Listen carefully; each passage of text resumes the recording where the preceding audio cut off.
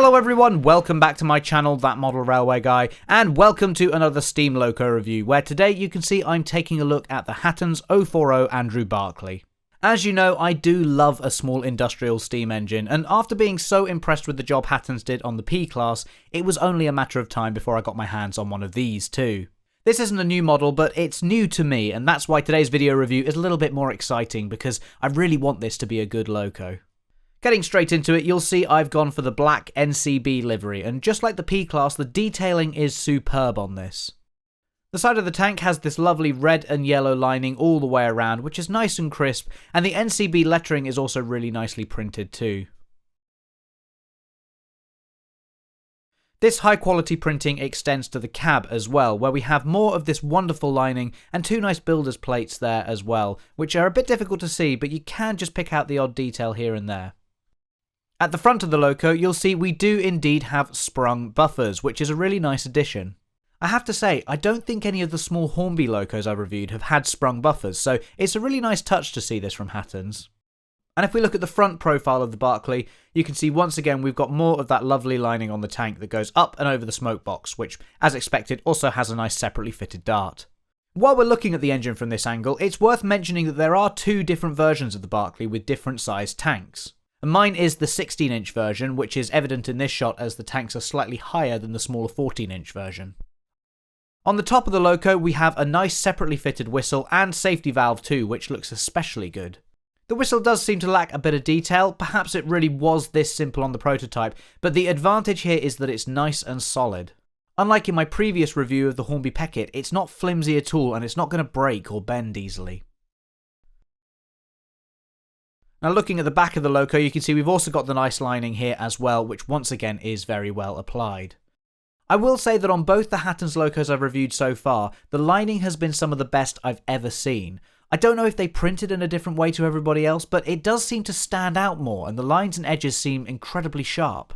I don't know what they're doing, but I'm a big fan of it, especially with these more intricate liveries, and I hope they're using this same technique for their upcoming generic 4- and 6-wheel coaches. Finally, let's take a look at the cab detail, and as expected there's plenty to see in here, even though it is quite an enclosed space. Once again, like the Hornby Peckett, there are actually open cab versions of these available too.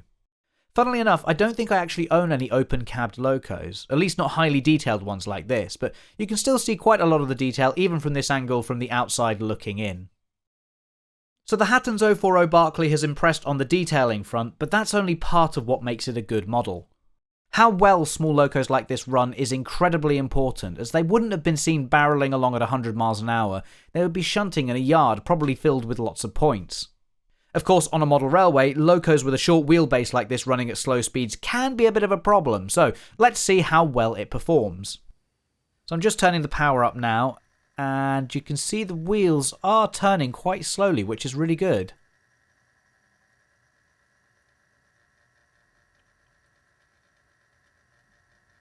I'm just turning the power up a bit more now, and you can see it's quite a nice runner.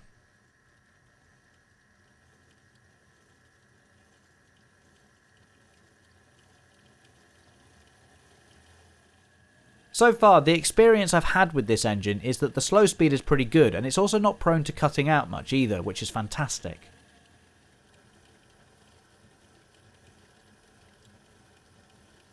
Comparing it to the Hornby Peckett again, I would say it's perhaps not quite as smooth as that, but it's certainly not bad at all. And with the controller right up now, you can see it's capable of nice high speeds too, should that take your fancy at any point. Okay, so let's now try it in reverse. I'll slow the Barclay down, and then switch the direction.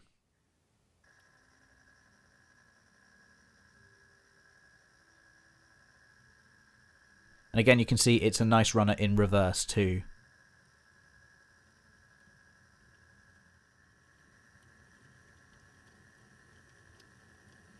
Something I should mention is that this model is a little bit noisy. It's not too bad, it's actually not as loud as the P Class I have, but it's not dead silent like some of my other locos.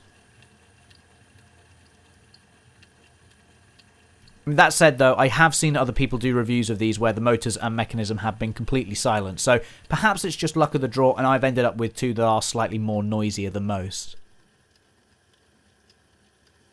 As you can see though, that noise doesn't stop the model from being a good performer, so it's not like it's the actual gears grinding or something getting caught. At the end of the day, I personally don't mind the noise that much as long as the Loco performs well. Which it's doing on the rolling road, but now let's get it down onto Pickwick Yard to see how well it does on an actual layout.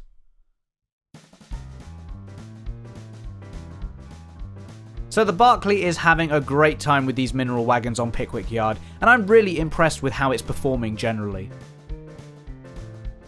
For those of you who don't know, this layout is mostly made from second-hand track, and the points especially are old Hornby insulfrog points with quite large dead zones. That said, despite its short wheelbase, the Barclay is still managing to get over them.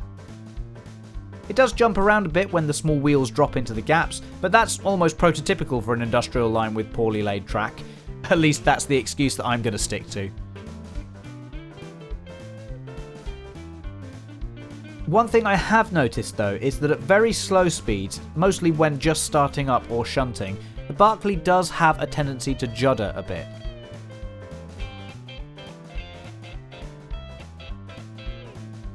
Now, it wasn't doing this on the rolling road, so I'm guessing maybe it's something to do with it now having to move its own weight. Again, to compare it to the Hornby Peckett, yes, I know, but they are similar models to a certain extent. But the Peckett has a die-cast body, while the Barclay is mostly plastic. Now don't get me wrong, the Barclay does have a good amount of weight to it for such a small Loco. I just wonder if the distribution of the weight is slightly better on the Peckett, which is what allows that to run smoother at the slower speeds.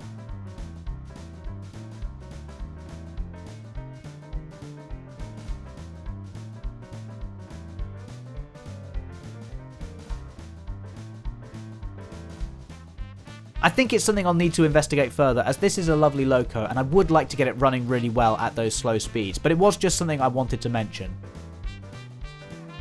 That said, of course, once it's past that initial starting speed, it is a nice good runner and it really looks the part.